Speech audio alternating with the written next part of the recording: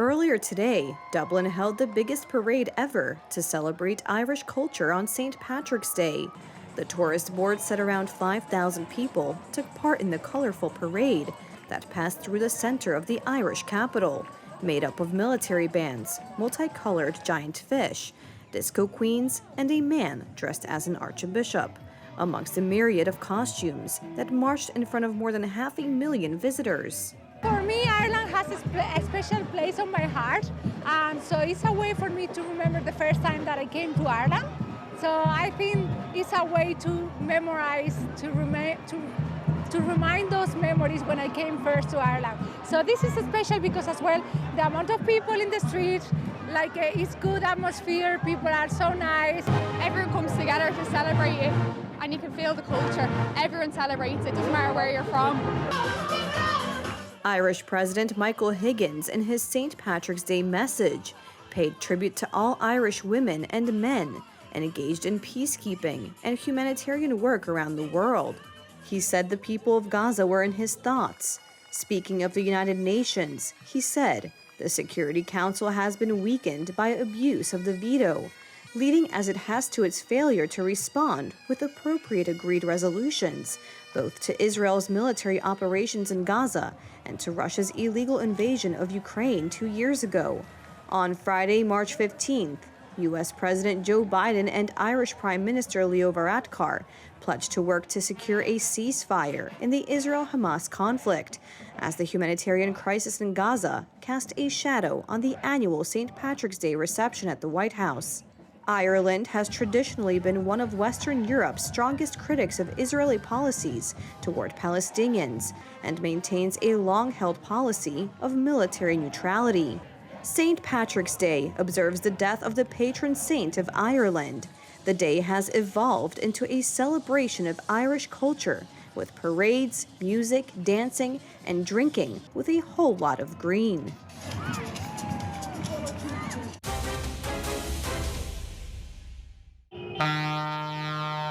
Polish-German border crossing. It is to be blocked until Wednesday, as farmers' demands have still not been met, despite meetings and assurances from those in power. In my opinion, this is because Mr. Tusk is not a representative of the Polish government, but a governor of Emperor Ursula von der Leyen. Farmers are still waiting for decisions from Donald Tusk's government. They demand a halt to the uncontrolled influx of agricultural crops from outside the European Union. We do not know at the moment how much wheat there will be after the harvest, for example, because if this wheat or all agricultural crops continue to come in from Ukraine, then after the harvest there may be a problem to sell it anywhere. The Green Deal will lead to a terrible situation for agriculture. This is why. This Green Deal in its entirety should go in the trash. They want Europe to be taken over only by big oligarchs, a bunch of people, so that they have everything, all the land around, and we will be poor, and we will be asking for bread. That's what they want to lead to. We will not give in. Farmers' demands are supported by law and justice. The Green Deal means huge troubles for farmers, but these troubles for farmers translate to everyone, to the whole economy, to the standard of living. It is a hit to everything. And now there's a directive relating to zero-emission buildings. The farmers' pressure makes sense and brings concrete results. However, as Polish food producers emphasize, the results are too small. The following issue has been resolved, and it was announced on our air by the European Commissioner for Agriculture and Rural Development, Janusz Wojciechowski. I have prepared a project that will turn this mandatory fallowing, into a voluntary eco-scheme. If the farmer wants to implement this for a certain payment, he will be able to do so. This was Commissioner Wojciechowski's announcement 10 days ago. However, 2 days ago, Polish Prime Minister Tusk stated that this was the result of his actions. From the latest news, concrete solution for farmers. Fallowing will not be compulsory starting this year. This is the result of my talks with the head of the commission. But instead of taking credit for someone else's actions, the head of the government should explain the actions of the police during the recent farmers' protest in front of the Polish Sejm. For example, why even before the strike began, there were scattered paving stones on the sidewalks, and why no one cleaned them up.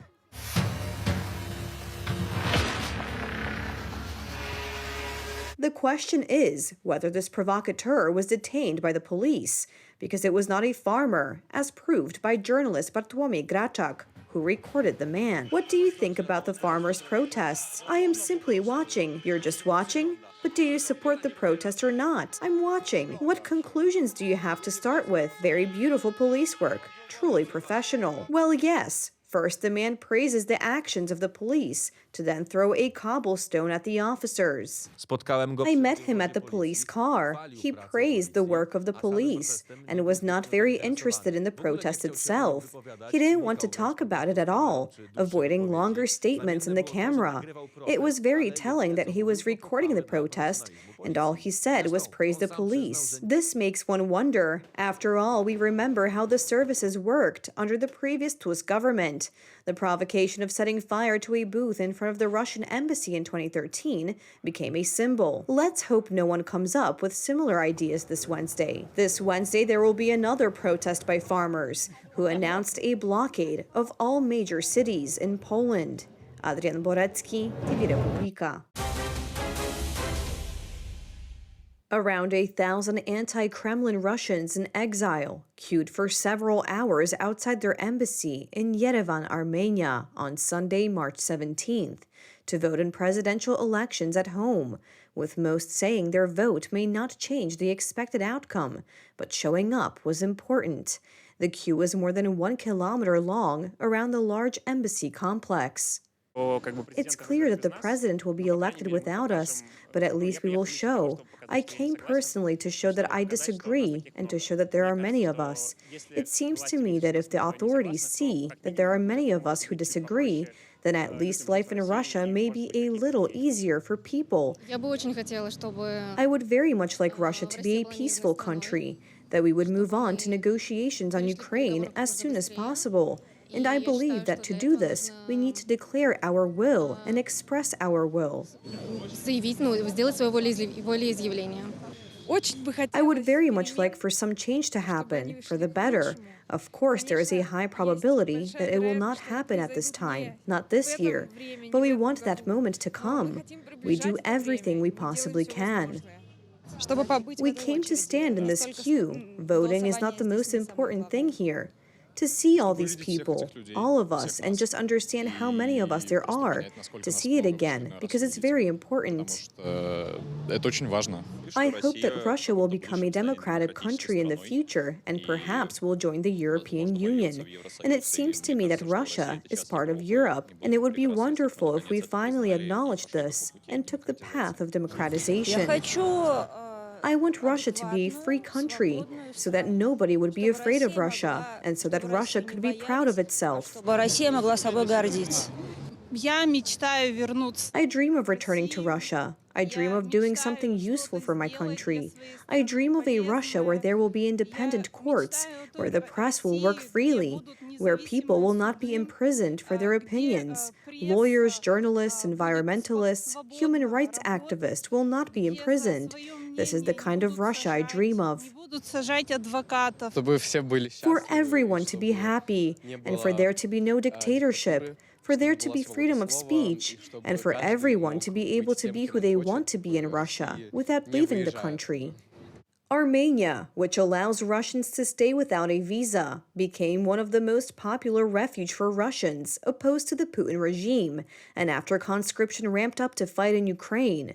Yerevan authorities said last year that over 100,000 Russians had moved to the mountainous South Caucasus country of around 3 million people. Many of the voters in the queue said they hoped one day to return to their homeland.